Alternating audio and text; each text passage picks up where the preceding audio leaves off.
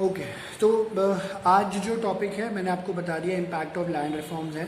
अब जैसे हमने पिछली क्लास में थोड़े थोड़े एग्रेरियन स्ट्रक्चर के बारे में पढ़ा था कि डिस्ट्रीब्यूशन ऑफ लैंड होल्डिंग से रिलेटेड है वो, और उसके बाद जो है इसमें इन्होंने ये बताया है कि किस तरीके से, एक सेकेंड, हाँ, उसके बाद इन्होंने बताया था कि डोमिनेंट कास्ट उसके क्या एग्जाम्पल है, प्रोप्राइटरी कास्ट ग्रुप क्या है, वो सब इन्होंने साथ के साथ यहाँ पे बता दिया था। अब जो है यहाँ से इंपॉर्टेंस ऑफ द चैप्टर थोड़ी सी और बढ़ जाती है और जो क्वेश्चन की जो वेटेज है वो और ज़्यादा बढ़ रही है यहाँ पे। तो अब ये देखोगे कि इस टाइम 60 पेज ऑनवर्ड जो है आपको 4-4, 6-6 मार्क्स के टॉपिक इस तरीके से आते हैं आगे तक, मतलब मेजरली बड़े बड़े टॉपिक्स ही कवर होते हैं। चैप्टर थोड़ा सा बड़ा है, अभी आज भी ख़त्म नहीं होगा, आई थिंक 1 या 2 क्लासेस इसमें लग जाएंगे। तो सबसे पहले हम लोग जो टॉपिक पढ़ने वाले हैं वो है कॉलोनियल पीरियड, ठीक है। तो इसमें ना 2 फॉर्म्स में आपको चीज़ें दिखेंगी। एक तो एक सेकंड बता ही देता हूँ, शायद 2 फॉर्म, हाँ 3 फॉर्म्स में एक्चुअली चीज़ें दिखेंगी। कॉलोनियल पीरियड के टाइम पे हमारे क्या हालात थे एग्रीकल्चर के, जब इंडिपेंडेंट हुए तो हमारे एग्रीकल्चर के क्या हालात थे, और उसके बाद जब मतलब इंडिपेंडेंस के थोड़ा बाद जब हम आगे बढ़ना शुरू हुए तो हमारे जो है एग्रीकल्चर में क्या क्या चेंजेस आना शुरू हुए, उसके बारे में यहाँ पे ये बता रहे हैं, ठीक है। तो कॉलोनियल पीरियड में हमें पता ही है, पहले भी हम लोगों ने पढ़ा है कि किस तरीके से हालात हमारे हो रखे थे। तो कहते हैं इसमें इन्होंने ये बताया कि हिस्टोरिकल रीजन्स थे हर एक चीज़ के पीछे कि why each region of India came to be dominated by just 1 or 2 major groups, ठीक है। और जैसे पहले हमने पीछे अभी टॉपिक पढ़ा था कि डोमिनेंट कास्ट का बोलबाला वहाँ पे ज़्यादा था, तो लोग जो है उसी के हिसाब से काम कर रहे थे। बट यहाँ पे समझना ज़रूरी है कि ये जो एग्रेरियन स्ट्रक्चर है बहुत बदलाव इसमें आया है from pre colonial to colonial and after independence. तो मतलब प्री कॉलोनियल टाइम्स पे चीज़ें डिफरेंट थी, कॉलोनियल टाइम्स पे चीज़ें डिफरेंट थी, और पोस्ट कॉलोनियल टाइम्स पे चीज़ें डिफरेंट थी। तो कहते हैं same dominant caste will probably also cultivating caste in the pre-colonial period. They were not direct owners of the land. Instead, ruling groups such as local kings or zamindars, landlords who were also politically powerful in their areas and usually belonged to Kshatriya or other high caste, control the land. तो मतलब ज़मीन का जो control होता था वो चंद लोगों के पास होता था। कई लोग जो जैसे ओनर ऑफ द लैंड होते थे वो कल्टिवेटर्स होते थे, और जैसे हमने पीछे भी पढ़ा था ओनर ऑफ द लैंड कई बार कल्टिवेटर्स नहीं भी होते थे, ऐसा भी हमें देखने को मिलता था, ठीक है। फिर इन्होंने बोला द पेजेंट्स और cultivators who work the land had to over a substantial portion of the produce to them. अब जो लोग किराए पे लेकर काम कर रहे हैं, ठीक है, ज़मींदार से, उनको जो है बहुत बड़ा पोर्शन जो है, काफ़ी पीछे भी हमने पढ़ा था, उनको जो है रेंट के तौर पर देना पड़ जाता था, या फिर जो भी अग्रीड पैटर्न होता था उसके अकॉर्डिंगली काम करते थे। और जब ब्रिटिश ने कॉलोनाइज किया था इंडिया को, in many areas they rule through these local zamindars.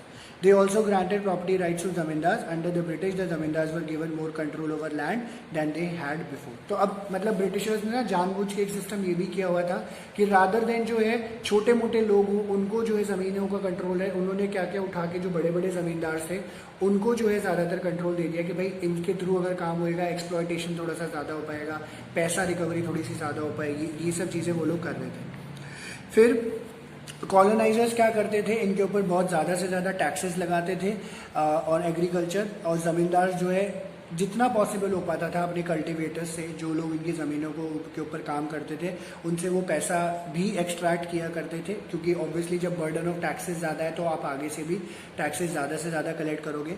And one result of this zamindari system was that agriculture production stagnated और decline during much of the British rule for peasants fled from oppressive landlords and frequent famines and was decimated the population, ठीक है। तो लोग इनसे छुटकारा पाने के लिए भागे, आगे बढ़े, और इसके वजह से जैसे लोग जो है जैसे शहरों की तरफ मूव हो गए, लेबर क्लासेस तो ज़्यादा हो गई, और छोटे जैसे क्या था, वॉर शॉर हो गई या कुछ हो गया, लड़ाई झगड़ा हो गया, या फिर और कोई महामारी जैसे पेंडेमिक्स का केसेस भी होते थे, या सूखा पड़ गया, फ्लड आ गया, तो लोग जो है इधर उधर जो है, ओके।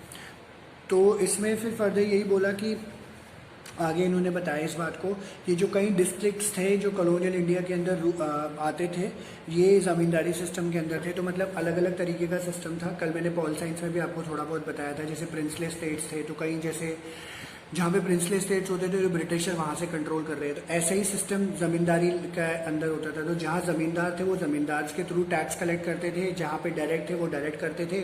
अलग अलग प्रोसीजर्स इनके वहाँ पे चलते रहते थे। तो ये एक इन्होंने यहाँ पे बात बताई है कि in other areas that were under British rule what was called the ryotwari system of the land. Ryot means cultivator, ये मार्क कर लेना। रायतवाड़ी सिस्टम का मतलब रायत का मतलब क्या होता है, कल्टिवेटर होता है, one marker. And in this system जो एक्चुअल कल्टिवेटर्स होते थे वो themselves often landlords and not cultivators rather than zamindars were responsible for paying the tax। तो मतलब जमींदार वाली सिस्टम में जमींदार टैक्स कलेक्ट कर रहे हैं, राइट वाली सिस्टम में सीधा फार्मर से टैक्स कलेक्ट कर रहे हैं। और बेसिकली क्या था, जो एक्सप्लॉयटेशन का तरीका, एक्सप्लॉयटेशन दोनों में था, बट राइट वाली सिस्टम में कम एक्सप्लॉयटेशन था बिकॉज ब्रिटिशर्स ब्रिटिशर्स जो है डायरेक्टली टैक्स कलेक्ट कर रहे थे। और जमींदारी सिस्टम में जो एक्सप्लॉयटेशन थोड़ा सा ज़्यादा था बिकॉज ब्रिटिशर को भी टैक्स देना है, ज़मींदार को भी टैक्स खाना है और आगे से टैक्स आएगा। इस तरीके से 3 लेवल्स पे हो जाता था, तो थोड़ा सा एक्सप्लॉयटेशन वहाँ ज़्यादा था। And because the colonial government dealt directly with the farmers or landlords rather than through the overlords, the burden of taxation was less and cultivators had more incentive to invest in agriculture, जो कि right वाली system में था। ठीक है। And as a result these areas became relatively more productive and prosperous. तो आप देखोगे सदर्न इंडिया आज भी काफ़ी प्रॉस्पेरस है। ठीक है, जस्ट बिकॉज वहाँ पे कुछ कई एरियाज ऐसे थे जहाँ पे राइट वाली सिस्टम था। ठीक है, उसका जो है रिजल्ट आज भी काफ़ी अच्छा वहाँ पे माना जाता है। एंड ये जो बैकग्राउंड है हमारे लैंड रेवेन्यू एडमिनिस्ट्रेशन का इन colonial India, was much you have learn in your history books, is important to keep in mind when studying the agrarian structure of present day India. This is because it is through a series of changes starting in this period that the current structure evolved. ठीक है, तो इस तरीके से फिर धीरे धीरे, क्योंकि अगर ये नहीं समझ आता, अगर इसको नहीं समझते तो आगे जो है चीज़ें फिर चेंज नहीं होती। तो इसको इसलिए पहले समझना ज़रूरी था कि क्या क्या फॉर्म ऑफ जो है सिस्टम हमारे यहाँ पे चल रहा था। ओके, अब जब इंडिपेंडेंट होती है इंडिया, तो ये तो कॉलोनियल पीरियड के बारे में इन्होंने बात करी है। जब इंडिपेंडेंट होती है इंडिया तो इसमें अब जो है क्या क्या लैंड रिफॉर्म सिस्टम्स हमारे यहाँ पे आए थे, बहुत डिटेल्ड इन्होंने यहाँ पे दिया हुआ है। सेपरेटली भी ये क्वेश्चंस आते हैं, वरना ओवरऑल ये क्वेश्चन आ जाता है 6 मार्कर का। इसमें से आपका 4 मार्कर, 6 मार्कर, 2 मार्कर के क्वेश्चंस काफ़ी सारे आ जाते हैं यहाँ से। ठीक है, तो वो मैं बता देता हूँ क्या क्या है। तो कहते हैं अब क्या हुआ कि ना ये जो प्रॉब्लम चल रही थी तो उससे निपटारा पाने के लिए लैंड रिफॉर्म्स की ज़रूरत थी। तो लैंड रिफॉर्म्स लाना ज़रूरी इसलिए था बिकॉज बहुत लोगों को, जो छोटे मोटे लोग थे, मिडिल स्मॉल स्केल फार्मर्स थे या और भी उससे नीचे थे, उन लोगों को काफ़ी नुकसान हो रहा था। तो कैसे कहते हैं, इंडिपेंडेंट जब हुई इंडिया, नेहरू और उसके पॉलिसी एडवाइजर्स ने एक प्लान डेवलपमेंट के ऊपर फोकस किया। जैसे मतलब ये अगर 3rd चैप्टर पढ़ते हम इस बुक का तो हमें पता चलता, और पॉल साइंस में भी थोड़ा सा इसका डिस्क्रिप्शन आपको मिलता है। तो उसमें इन्होंने प्लान डेवलपमेंट के ऊपर फोकस किया, एग्रीकल्चर के ऊपर भी किया फोकस और इंडस्ट्रियलाइजेशन के ऊपर भी फोकस किया, दोनों तरीके से किया। और पॉलिसी मेकर्स जो थे they were responding to the dismal agriculture situation in that time. तो बोल रहे थे कि इस टाइम पे मतलब काफ़ी बुरे हालात है एग्रीकल्चर के, किस तरीके से काम होएगा, कैसे काम ग्रोथ होएगी इनकी, वो बड़ा एक टफ टाइम जो है यहाँ पे देखने को मिल रहा था। एंड क्या था वो, लो प्रोडक्टिविटी, फूड ग्रेन्स हमें इंपोर्ट कराने पड़ रहे थे, गरीबी बहुत ज़्यादा थी, रूरल पॉपुलेशन बहुत ज़्यादा थी, ये हमें देख के चलना पड़ता था। इसलिए इन लोगों ने ये माना कि रिफॉर्म लाना एग्रीकल्चर एग्रीरियन सेक्टर में बहुत ज़्यादा ज़रूरी है, specially land holding system and distribution of land which was necessary for agriculture to progress. And from 1950s to 1970s, a series of land reforms laws were passed at the national level as in the state that were intended to bring about these changes. तो यहाँ से कुछ लिखने की ऐसे ज़रूरत नहीं होती, कब ये चेंजेस आए बस ये याद रखना। तो ये चेंजेस अभी शुरू हो रहे हैं। आप 61 पे सेकेंड जो अभी पैराग्राफ हम लोग शुरू करने वाले हैं, 2nd, 3rd और 4th पैराग्राफ, ये अच्छे से मार्क कर लेना, सबसे इंपॉर्टेंट है। काफ़ी क्वेश्चन यहाँ से कवर हर बार ये आ जाता है, इसमें से बोर्ड का क्वेश्चन कोई ना कोई। तो यहाँ पे पहले पैराग्राफ के आगे लिख लो जमींदारी सिस्टम। ठीक है, पहला जो इंपॉर्टेंट लेजिस्लेशन जो लैंड रिफॉर्म्स का लेकर आए वो था जमींदारी सिस्टम, कि जमींदारी सिस्टम को अबॉलिश करेंगे, हटा देंगे जमींदारी सिस्टम को। ठीक है, एक सेकेंड, मेरा पैर लग रहा है। तो इसमें इन्होंने बोला जमींदारी सिस्टम को अबॉलिश करने की बात करी गई, और जो इंटरमीडिएरीज का लेयर था उसको इन्होंने ख़त्म करने की बात करी, जो कि एक्चुअली क्या होता था, जो गवर्नमेंट और कल्टीवेटर्स के बीच में था। जैसे ब्रिटिशर्स थे, ज़मींदार थे, कल्टीवेटर्स थे, उनके बीच में जो मीडिएशंस का काम था इंटरमीडिएरीज का, वो सब हटा दिया गया, क्योंकि टैक्सेस ज़्यादा कलेक्ट होते थे तो ग्रोथ नहीं हो पा रही थी एग्रीकल्चर में। End of all the land reforms that were pass this was probably the most effective. तो सबसे ज़्यादा फ़ायदा आपको ज़मींदारी सिस्टम का देखने को मिला यहाँ पे, ठीक है, जिसमें क्या हुआ, जो सुपीरियर राइट्स थे ज़मींदार के पास उनको छीन लिया गया, उनका इकोनॉमिक और पॉलिटिकल पावर उसमें कम हो गया। ऑब्वियसली ये बहुत इजी तरीके से नहीं हुआ, ठीक है। जैसे इन्होंने बोला कि ultimately the effect was to strengthen the position of actual land holders and cultivators at the local level, ठीक है। तो लोकल लेवल पे किस तरीके से काम हो रहा है, क्या हो रहा है, इस तरीके से हमें देख के चलना था, ठीक है। और ये चाहते थे कि जो एक्चुअल में कल्टीवेटर है उनके हाथों में ज़मीन चली जाए। However zamindari abolition did not wipe out landlordism और the tenancy cropping system, share cropping system which continued in many areas. It remove the top layer of landlords in the multi layered agrarian structure. तो मतलब ये था कि ना, जिन लोगों के पास ज़मीनें ज़्यादा थी, जो टॉप लेवल के ऑफिशियल्स थे, जो टॉप लेवल के ज़मींदार थे, उनसे ज़मीनें थोड़ी बहुत जो है छीन छान के थोड़ा सा बैलेंस आउट कर दिया गया था। तो ना जैसे ये अलग अलग तरीके से क्वेश्चन आ जाता है, ज़मींदारी सिस्टम क्या था, उसके क्या पॉजिटिव इम्पैक्ट हमें देखने को मिला। तो ये आप इस तरीके से भी लिख लेना, इसका पॉजिटिव और नेगेटिव इम्पैक्ट दोनों था। तो ये हर एक पैराग्राफ में आपको वो देखने को मिलेगा, ठीक है, ये चीज़ है। सेकेंड, जो दूसरा मेजर लैंड रिफॉर्म हमें देखने को मिला, that were introduce were the tenancy abolition and regulation acts. They attempted either to outlaw tenancy altogether or to regulate rents to give some security to the tenants. जे वाले paragraph के आगे लिख लो आप tenants, tenancy cultivation जो है ये system लेकर आए। तो इन्होंने क्या बोला, टेनेंसी अबॉलिशन हम खत्म करेंगे। इसमें भी यही था, टेनेंट्स का मतलब होता है जो रेंट पे लोग रहते हैं। तो कई लोग ऐसे थे जो लोग ज़मीन लेकर किराए पे काम करा करते थे, ठीक है, उन लोगों के लिए टेनेंसी अबॉलिशन रेगुलेशन एक्ट लेके आया। पर्पस यही था कि अल्टीमेटली जो एक्चुअल कल्टीवेटर उन्हीं के हाथों में ज़मीन जाए। तो इन्होंने इसको चेंज किया, रेगुलराइज किया कि रेंट जो है कम किए जाए। इन मोस्ट ऑफ द स्टेट्स ये लॉज ढंग से इम्प्लीमेंट नहीं हुए इफेक्टिवली। वेस्ट बंगाल और केरला में रेडिकल रीस्ट्रक्चरिंग हुई एग्रेरियन स्ट्रक्चर की, जिसकी वजह से काफ़ी ज़्यादा ज़मीनें जो है वो लैंड राइट्स जो है टेनेंट्स के पास चलेगी, because they were the actual cultivators, ठीक है। इस तरीके से वहाँ पे देखने को मिला था। तो ये टेनेंसी अबॉलिशन के साथ हुआ, ठीक है। और लास्ट इसमें जो मेजर लैंड रिफॉर्म हमें देखने को मिला वो था लैंड सीलिंग एक्ट। तो लैंड सीलिंग एक्ट का आपका 4 मार्कर का ये पूरा पैराग्राफ आंसर है, अलग से आता है, कभी कभी 6 मार्कर में भी आ जाता है, तो भी आपको यही लिखना है लैंड सीलिंग क्या था। तो सिंपल सी बात है, लैंड सीलिंग का मतलब क्या होता है कि ना मैक्सिमम लैंड जो है एक इंसान के पास जो हो उसके ऊपर सीलिंग लगा देते हैं। सीलिंग मतलब, सीलिंग एक्चुअल का मतलब होता है हमारा छत, तो उससे ज़्यादा किसी के पास ज़मीनें नहीं होनी चाहिए, लैंड सीलिंग। तो इसका फ़ायदा भी था, नुकसान भी था। तो अगर जैसे एग्जांपल मैं हूँ, अगर मेरे पास जैसे मान के चलो 10 एकड़ ज़मीन है और सरकार ने नोटिफाई कर दिया कि आपके पास अब 5 एकड़ से ज़मीन ज़्यादा नहीं होगी, तो मेरी 5 एकड़ ज़मीन जो ऊपर की होगी वो सरकार अपने पास ले लेगी। अब ये फ़ायदा जो था सरकार ने अपने पास रखी नहीं, इन ज़मीनों को बांटा गया किन किन लोगों में, जो गरीब लोग थे, जो एक्चुअल कल्टिवेटर्स थे, उन लोगों को ज़मीन दे दी कि आपको नुकसान ना हो। बट इसका जुगाड़ निकाल गया। सिंपल सी बात है, आज के टाइम पे 10 एकड़ की वैल्यू बहुत ज़्यादा है, उस टाइम पे भी बहुत ज़्यादा थी। तो उस हिसाब से लोगों ने बीच का रास्ता निकाल लिया, इसमें से भी लूप होल निकाल लिया। और वो लूप होल सबसे बड़ा डिसएडवांटेज है। ऐसा क्वेश्चन काफ़ी बार आता है बोर्ड्स में कि लूप होल क्या था और डिसएडवांटेज क्या था या ड्रॉबैक क्या था। तो ये इन्होंने पूरे पैराग्राफ में लिखा हुआ है।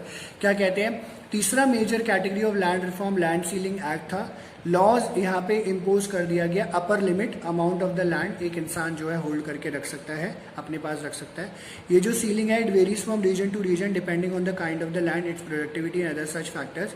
Very productive land has a low ceiling while unproductive dry land has a higher ceiling limit. तो ये नहीं बोला जो ज़्यादा प्रोडक्टिव लैंड थी उसमें कम सीलिंग लगाई थी, क्योंकि अगर प्रोडक्टिव है तो ऑब्वियसली जो है यील्ड बढ़ेगा हमारा, पर जो ड्राई लैंड थी उसके ऊपर ज़्यादा जो है सीलिंग लगाएगी। एंड इस एक्ट के हिसाब से गवर्नमेंट ने ये आइडेंटिफाई किया कि the possession of surplus land held by each household and redistributed to the landless families and household in other specified category such as STs and STs. ठीक है, इन लोगों के उठा के चीज़ें अगर ज़मीन जिसके पास है उनसे लेकर इन लोगों में बांट दी जाए। But most of the states में ये टूथलेस साबित हुई। तो ये लाइन अंडरलाइन कर लेना, why did it prove to be toothless, इस तरीके से क्वेश्चन आ जाता है, क्यों टूथलेस हुआ, या क्या लूप होल्स थे, लूप होल्स अगली लाइन में लिखा हुआ है, या स्ट्रैटेजीज जिसकी वजह से जितने लैंड ओनर्स थे अपने ज़मीनों को ये नहीं दिया, उन्होंने उन लोगों ने नहीं दिया, सॉरी ओके। तो इसमें इन्होंने लूप होल्स ढूंढे, मैं सॉरी मैंने बीच में रोक दिया था आपको। तो वो लूप होल क्या थे, कि अब देखो सिंपल सी बात है, अगर किसी के पास ज़मीन है और वो ज़मीन बहुत ज़्यादा है। जैसे इस टाइम पे अगर आप देखोगे खेती बाड़ियों की ज़मीन भी, जो खेती बाड़ी भी करते हैं उन लोगों की ज़मीन की भी कॉस्ट या प्राइस जो है बहुत महंगा हो रखा है। और जब भी जैसे एक्वायर करता है कोई या कुछ करता है तो अच्छे खासे पैसे उन लोगों को मिल जाते हैं। तो पुराने टाइम पे भी अगर देखो, जिसके पास अगर इतनी ज़मीन होगी, ठीक है, तो वो लोग वो भी क्यों वो भी कतराएंगे कि भाई हमारी सरकार हमारी ज़मीन लेके क्यों करे। तो इन्होंने क्या, आपकी आवाज नहीं आ रही सर, आपकी आवाज कट रही है। हाँ एक minute. Sir your voice is breaking. हाँ अब आ रही है ठीक? यस सर, अब आ रही है। ठीक है, ओके। तो उस टाइम पे भी ज़मीन की वैल्यू उस हिसाब से बहुत ज़्यादा थी।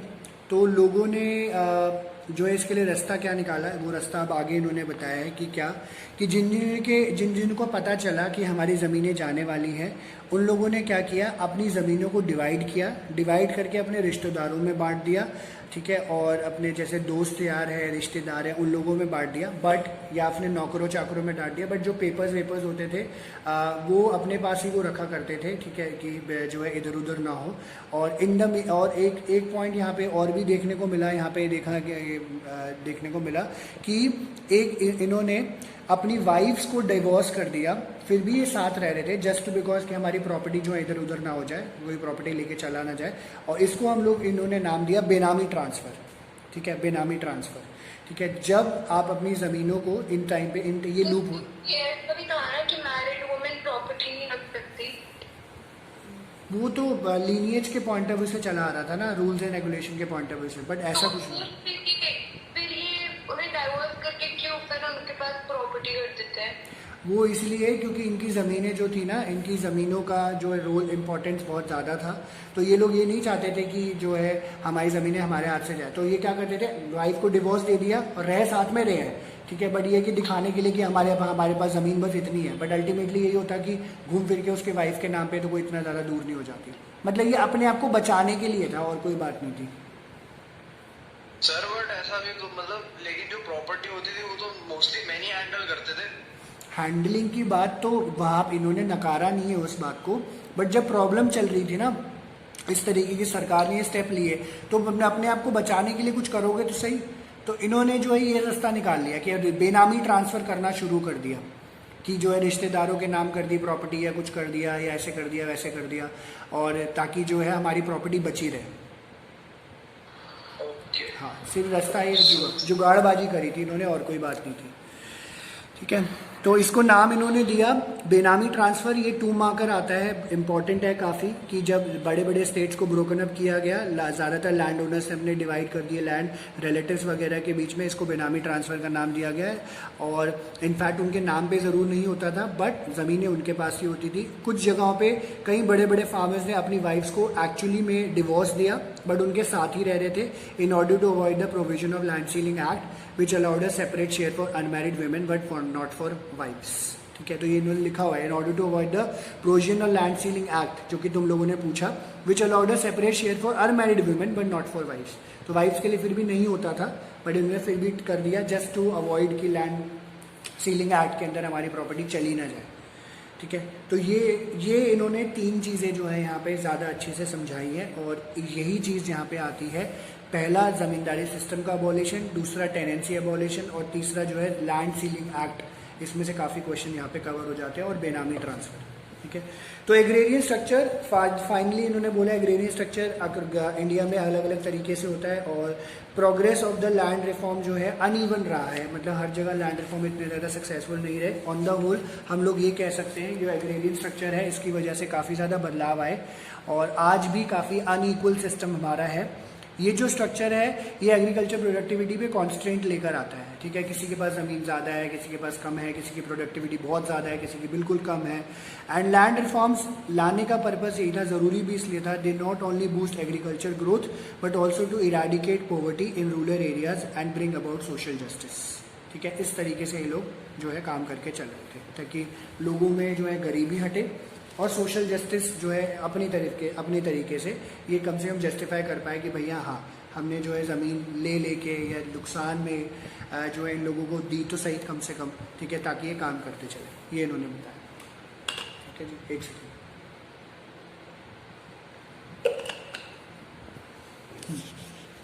ये क्लियर है? इसमें किसी को कुछ पूछना है? डेलिसा, वान्या, आराध्या, कुछ किसी को पूछना हो? सर एक बार राजवती सिस्टम फिर से समझा दो। कौन सा? रायतवारी?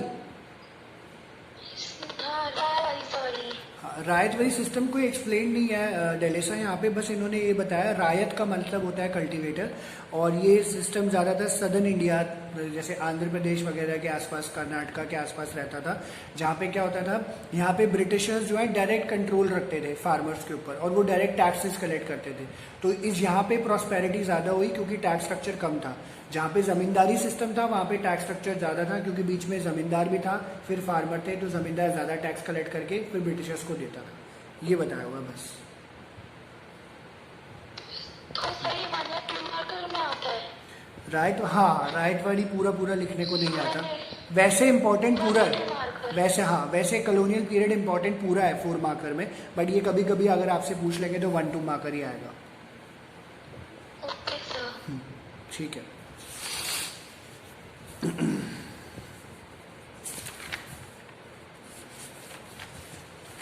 ओके, तो नेक्स्ट बड़ा इंटरेस्टिंग सा टॉपिक है, ये हमने ऑलरेडी जो है काफ़ी सारी क्लासेस में पीछे किया भी हुआ है, मज़ेदार टॉपिक।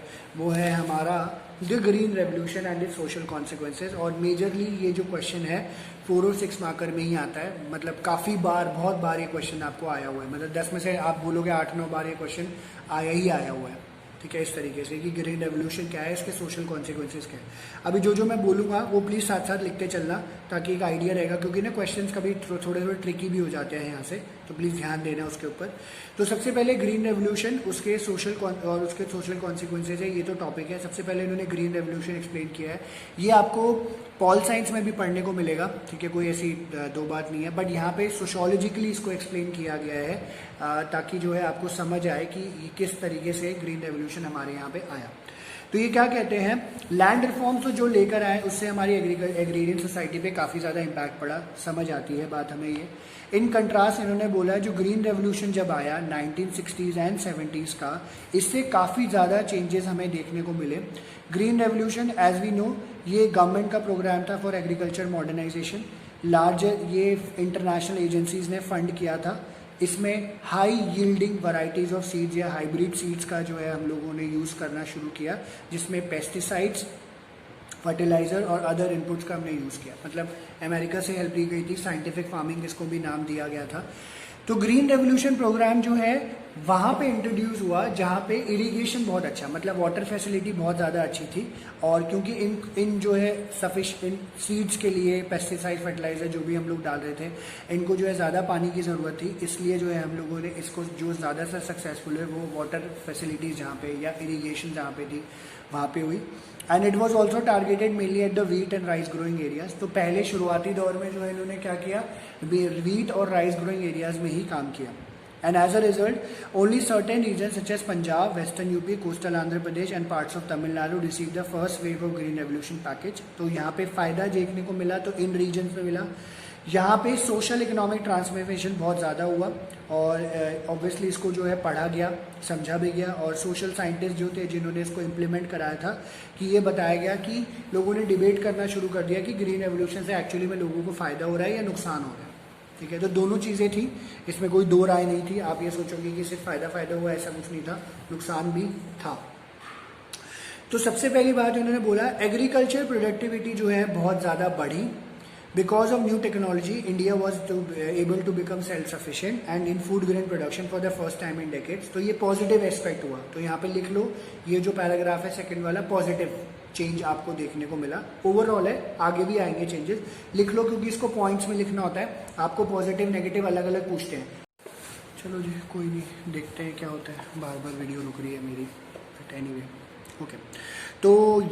तो आगे इन्होंने जो है इसके आगे ये बात बोली थी, मैंने बताया टेक्नोलॉजी की वजह से फ़ायदा हुआ, और काफ़ी लोग जो सोशल साइंटिस्ट हैं जिन्होंने कंट्रीब्यूट किया उनका भी फ़ायदा हुआ, बट इसके नेगेटिव एनवायरमेंटल इफेक्ट आपको देखने को मिले। नेगेटिव इफेक्ट जो नेक्स्ट पैराग्राफ है थर्ड वाला, इसमें बताया कि प्राइमरीली जो फ़ायदा हुआ लार्ज स्केल और मीडियम स्केल फार्मर्स को क्यों हुआ, बिकॉज क्या था, इनपुट्स एक्सपेंसिव थे, स्मॉल और मार्जिनल फार्मर्स उसको अफोर्ड नहीं कर सकते थे, इसलिए जो है सिर्फ बड़े जो मीडियम और लार्ज स्केल फार्मर्स है उनको ज़्यादा फ़ायदा यहाँ पे देखने को मिला। और जब एग्रीकल्चर्स जो है खुद के लिए बनाते थे, पुराने टाइम पे फार्मर्स जो है खुद के लिए प्रोड्यूस किया करते थे, जिनके इसलिए इनको जो है सबसिस्टेंस एग्रीकल्चर का नाम दिया गया, मार्केट के लिए प्रोड्यूस नहीं करते थे, एंड इनको नाम दिया गया पेजेंट्स। तो यहाँ पे 1 और 2 मार्कर आ जाता है, what do mean by subsistence agriculture, जब आप खुद के लिए सेल्फ प्रोडक्शन करते हो, ठीक है, मार्केट के लिए प्रोड्यूस नहीं करते हो, उसको सबसिस्टेंस एग्रीकल्चर बोलते हैं, और इन्हीं लोगों को पेजेंट्स बोला जाता है। एग्रीकल्चर्स और फार्मर्स जो सरप्लस प्रोड्यूस कर पाए over and above the needs of the family, ठीक है, बाहर जाके आप लोग कर पाए, तो इनको मार्केट से लिंक किया गया, and it was the farmers who were able to produce a surplus for the market, who were able to reap the benefit from green revolution and from the commercialisation of agriculture that followed. ठीक है, तो यहाँ से क्या हुआ, जो लोग surplus produce कर रहे थे उनको फायदा हुआ, और कमर्शियलाइजेशन की वजह से और ज़्यादा फायदा हुआ, क्योंकि अब क्या था, अब जो भी क्रॉप आपका प्रोड्यूस हो रहा है आप उसको जाके मार्केट में बेच सकते हो। ठीक है, इस तरीके से उन्होंने यहाँ पे बताया, ये इन्होंने बात करी। तो ये नेगेटिव एंड पॉजिटिव मिक्स करके हो गया इस तरीके से। फिर आप नेक्स्ट पैराग्राफ पे आओगे तो 63 पे टॉप पैराग्राफ जो है इसमें भी नेगेटिव के बारे में ही बताया कि फर्स्ट पेज जो ग्रीन रेवोल्यूशन का था 60s-70s में, इससे इनइक्वालिटीज़ जो है रूरल सोसाइटी में बहुत ज़्यादा बढ़ गई, अमीर और ज़्यादा अमीर हो गया, गरीब बहुत ज़्यादा गरीब हो गया। ग्रीन रेवोल्यूशन क्रॉप्स बहुत ज़्यादा प्रॉफिटेबल थी, प्रोड्यूस बहुत ज़्यादा हुआ, हालांकि जिन जो बड़े बड़े फार्मर्स थे उनको ज़मीनें मिली, कैपिटल मिला, उनको सब चीज़ें पता थी, वो पैसा लगा पाए और अच्छे से पैसा कमा भी पाए, बट इसकी वजह से देखने को क्या मिला कि कुछ वजह से कुछ केसेस में टेनेंट कल्टीवेटर डिस्प्लेस हो गए। क्यों डिस्प्लेस हो गए, आप पहले तो अब जैसे क्या था, मान के चलो मैं किसी की ज़मीन पर खेती कर रहा हूँ, अब उसको पता चला है कि इसका फ़ायदा ज़्यादा से ज़्यादा मिल रहा है, तो मुझे हटा दिया गया, मुझे निकाल दिया गया, भाई मैं खुद ही काम करूँगा क्योंकि मैं खुद ही प्रॉफिट कमाऊंगा, और मैं इधर उधर हो गया एज अ टेनेंट कल्टीवेटर, किराएदार जो होते थे। एंड फॉर लैंड ओनर्स, लोगों ने ज़मीनें अपने जो है किराएदारों से वापस ली और खुद ही करना शुरू किया, क्योंकि एग्रीकल्चर प्रॉफिटेबल हो गया था, जिसकी वजह से फार्मर्स जो है बहुत ज़्यादा अमीर हुए, और लैंडलेस और मार्जिनल फार्मर्स जो है उनकी हालत बहुत ज़्यादा ख़राब हो गई। इन एडिशन मशीनरी, जैसे इन्होंने बोला, the introduction of machinery such as tillers, tractors, threshers and harvesters, जो कि Punjab and parts of Madhya Pradesh में हमें देखने को मिली, led to the displacement of service caste group and use to carry out this agriculture related activity. तो ये भी नेगेटिव है एक तरीके का अगर देखा जाए तो। ठीक है, इसमें इन्होंने बोला कि जो सर्विस कास्ट ग्रुप्स थे वो लोग जो है पीछे हट गए, उनका कोई रोजगार छिन गया, एम्प्लॉयमेंट खत्म हुए। क्यों? क्योंकि मशीनें आ गई थी, बड़े बड़े कंबाइनर्स, थ्रेशर्स आ गए थे जो आपका काम आसानी से कर देते थे खेती बाड़ी का, अब इन लोगों की ज़रूरत नहीं पड़ी थी। और इसी की वजह से देखा गया क्या कि लोग गांव छोड़ कर जो है अर्बन एरियाज़ में माइग्रेट होना शुरू हो गए। ठीक है, इजी वे में ही दिया हुआ है, कुछ ज़्यादा मुश्किल नहीं है। फिर नेक्स्ट पैराग्राफ आप देखोगे third, the ultimate outcome of green revolution was a process of differentiation. तो यहाँ पे डिफरेंशिएशन आया, कैसे? अमीर और ज़्यादा हो गया, पुअर और ज़्यादा पुअर हो गया। It should be noted that employment and wages for agriculture workers did increase in many areas because the demand for labour increase. तो कुछ जगहों पर, इसको पॉजिटिव एस्पेक्ट पे लिख सकते हो कि कुछ जगहों पर डिमांड लेबर की बढ़ी तो फ़ायदा उन लोगों को मिला। और पेमेंट मैकेनिज्म जो पहले काइंड में होता था अब कैश में होना शुरू हो गया, जिसकी वजह से थोड़ा सा इनको फ़ायदा देखने को मिला। बट कई बार ये भी होता था कि इनको एक्सप्लॉइट भी बहुत ज़्यादा किया जाता था और पैसा कम दिया जाता था, ये भी एक प्रॉब्लम हमें नज़र आई।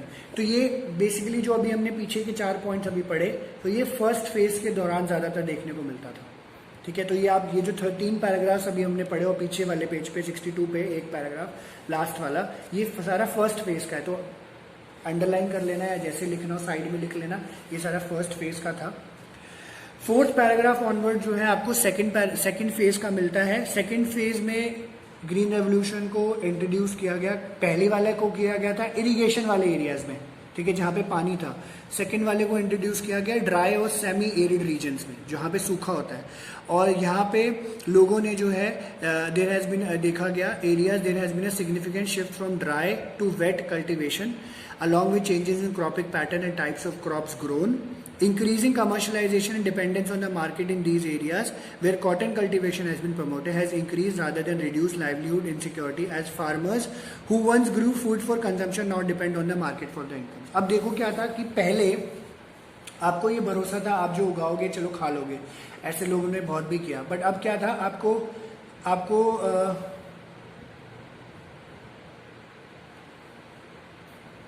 सॉरी तो या फ़ोन आ गया था इसलिए मैंने वो उठाना पड़ा क्या। तो ये इन्होंने बोला कि क्रॉपिंग पैटर्न चेंज हुआ और जो लोग पहले अपने लिए कमा रहे थे मतलब बेसिकली अपने लिए प्रोड्यूस कर रहे थे वो सिस्टम चेंज हुआ। अब क्या था कि ना क्योंकि पैसा चाहिए लोगों को अपनी ज़रूरतों को पूरा करने के लिए तो उनको मार्केट ओरिएंटेड बनना पड़ा। मार्केट में सामान बेचोगे तो पैसा आएगा। अब जो सरप्लस प्रोड्यूस कर पाएंगे उनको ज़्यादा फायदा था और जो नहीं कर पाएंगे उनके लिए प्रॉब्लम थी। तो इसलिए इन्होंने बोला मार्केट ओरिएंटेड कल्टीवेशन में जहाँ पे अगर आप सिंगल क्रॉप ग्रो कर रहे होते हो, अगर आपने सिंगल क्रॉप जैसे अगर वानिया खेती कर रही है और वानिया सिर्फ टमाटर उगा रही है, बहुत ज़्यादा सारे सिर्फ टमाटर है, अब फॉल इन प्राइसेस अगर रेट में कमी आ जाती है और अगर आपकी क्रॉप खराब हो जाती है इसकी वजह से क्या होगा पूरा जो टाइम है आपका टाइम पीरियड और पूरे वो जो है 2-4 महीने की ड्यूरेशन वो सारी खराब हो जाएगी, आपकी इनकम भी खराब हो जाएगी। ठीक है, ये दिक्कत हुई। And in most of the green revolution areas farmers have switched from multi crop system which allowed them to spread risks तो इन्होंने जैसे कहीं हुआ ग्रीन रेवोल्यूशन एरियाज में इन्होंने जो है क्रॉप मैकेनिज्म चेंज कर लिया। ठीक है, जहाँ पे इन्होंने क्या बोला कि हम लोग अलग अलग छोटी छोटी क्रॉप जैसे फॉर एग्जांपल एक ही ज़मीन है तो आधी जैसे कुछ ज़मीनों में 1/4 पे हमने आलू उगा लिए, 1/4 पे हमने टमाटर, 1/4 पे और कुछ उगा लिया, 1/4 पे कुछ उगा, अगर बड़ी ज़मीन है तो। इसमें इन्होंने क्या बोला which allowed them to spread risk. तो अगर देखो आलू बढ़िया नहीं हो गए तो भिंडी से पैसा आ जाएगा, भिंडी बढ़िया नहीं हो तो टमाटर से आ जाएगा। ठीक है, and to strict to a monocrop regime which means that there is nothing to fall back in the case of crop failure. तो अगर कुछ होता भी है बाई चांस किसी भी क्रॉप को तो आपको किसी ना दूसरी क्रॉप से आपको फायदा हो ही जाएगा। ठीक है, ये हुआ, ये सेकंड फेज की कहानी है। तो यहाँ पे इसके आगे लिख लेना, आगे वाली अब कहानी है सेकंड फेज की है। Another negative outcome of the green revolution strategy was the worsening of regional inequalities. Regional inequalities बहुत ज़्यादा बढ़ गई थी। तो मतलब आपको ये पॉल साइंस में भी पढ़ने को मिलेगा एग्जैक्टली जहाँ पे ये देखा गया जैसे पंजाब, हरियाणा और कोस्टल एरियाज जो उत्तर प्रदेश के थे वहाँ पे जो है ये लोग बहुत ज़्यादा रिच हो गए और बिहार और जैसे राजस्थान और जो भी काफ़ी सारे वो लोग जो है सारे जो है उनको बहुत ज़्यादा नुकसान यहाँ पे देखने को मिला। ठीक है, ये इन्होंने बताया। तो ये इन्होंने बताया यहाँ पे the areas that underwent this technological transformation became more developed while the areas stagnated. For instance the green revolution was promoted more in the western and southern parts of the country and in Punjab, Haryana and western UP than in the eastern part of the country. As a result we find agriculture in states such as Bihar and eastern UP and in dry region such as Telangana to be relatively undeveloped. These are the regions that continue to have entrenched feudal agrarian structure. तो यहाँ पे landlordism भी बहुत ज़्यादा था देखिए इनको देखने को मिला, in which the land is caste and landlord maintains power over the lower caste, landless workers and small cultivator, sharp caste and class equalities together with exploitative labor relations. पीछे हमने पढ़ा इन दिस रीजन है given rise to various kind of violence. तो इससे एक और negative impact हमें ज़्यादा देखने को मिला। तो ज़्यादातर आप देख रहे हो सोशल कॉन्सिक्वेंसेज नेगेटिव ही हैं, आपको वायलेंस बहुत ज़्यादा हमें देखने को मिला जिसमें इंटर कास्ट वायलेंस बहुत ज़्यादा थी। ठीक है, जातिवाद बहुत ज़्यादा हो गया था, उसके लिए जो है लड़ाई झगड़ा काफ़ी चल रहा था। So often it is thought, last में इन्होंने बोला often it is thought that imparting knowledge of scientific farming methods will improve the condition of Indian farmers। तो ये जो ग्रीन रेवोल्यूशन लेके आए इनसे इनको लगा कि जो है फार्मर्स की कंडीशन बहुत अच्छी हो जाएगी, बट ऐसा कुछ नहीं हुआ। ज़्यादातर ग्रीन रेवोल्यूशन का फ़ायदा कुछ जगहों पे कुछ लोगों को मिला। ठीक है, अब इन्होंने बोला कि इससे they have very deep and extensive traditional knowledge about the land till they and the crops they sow. तो जिन लोगों को जो है काम आता था पुराने तरीके से उनको काफ़ी अच्छी नॉलेज थी। एंड इसमें इन्होंने बोला कि इनको पता था कि ट्रेडिशनल काम कैसे करना है, जोतना है, पानी कम लगेगा, अपना धीरे धीरे होकर काम करना पड़ेगा। बट जब ये साइंटिफिक फार्मिंग आई इन सब लोगों का एफर्ट ख़त्म हो गया क्योंकि अब क्या था अपना थोड़ा फर्टिलाइज़र जो है डाला, थोड़ा पेस्टिसाइड्स डाले और भी काफ़ी सारी चीज़ें डाली और यील्ड जो है थोड़े सीड्स में ही बहुत ज़्यादा आपको देखने को मिल गया था।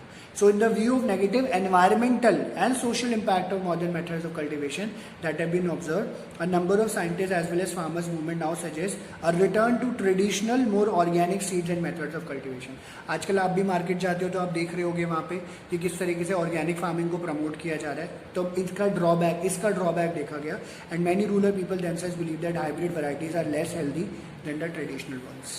ठीक है, तो हाइब्रिड वैरायटीज आर जो है वो ख़राब है, आपको जो है केमिकल से जो है यूज़ किए जाते हैं उस पर. ट्रेडिशनल वंस बड़े रॉ टाइप्स के चल रहे होते हैं, हालांकि इस टाइम पे काफ़ी महंगे बिक रहे हैं. उस तरीके से इसका काम किया जाता है. ठीक है, ये इन्होंने बताया. ठीक है, ये समझ आया या इसमें कुछ पूछना है? इसमें मैंने फेजेस के हिसाब से आपको एक्सप्लेन कर दिया है और ऐसे ही आपको ये लिखना होगा. जब क्वेश्चन आएगा वो तो मैं बता दूंगा किस तरीके से आता है. किसी को कुछ पूछना है यहाँ से? ओके, ठीक है. No, sir. ठीक है.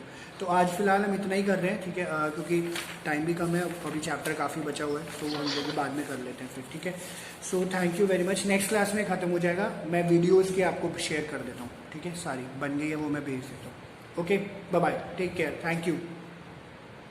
Thank you sir. Thank you. Bye Delisa, Vanya, Aaradhya, bye. Thank you, sir. Thank you, bye. Thank you, sir.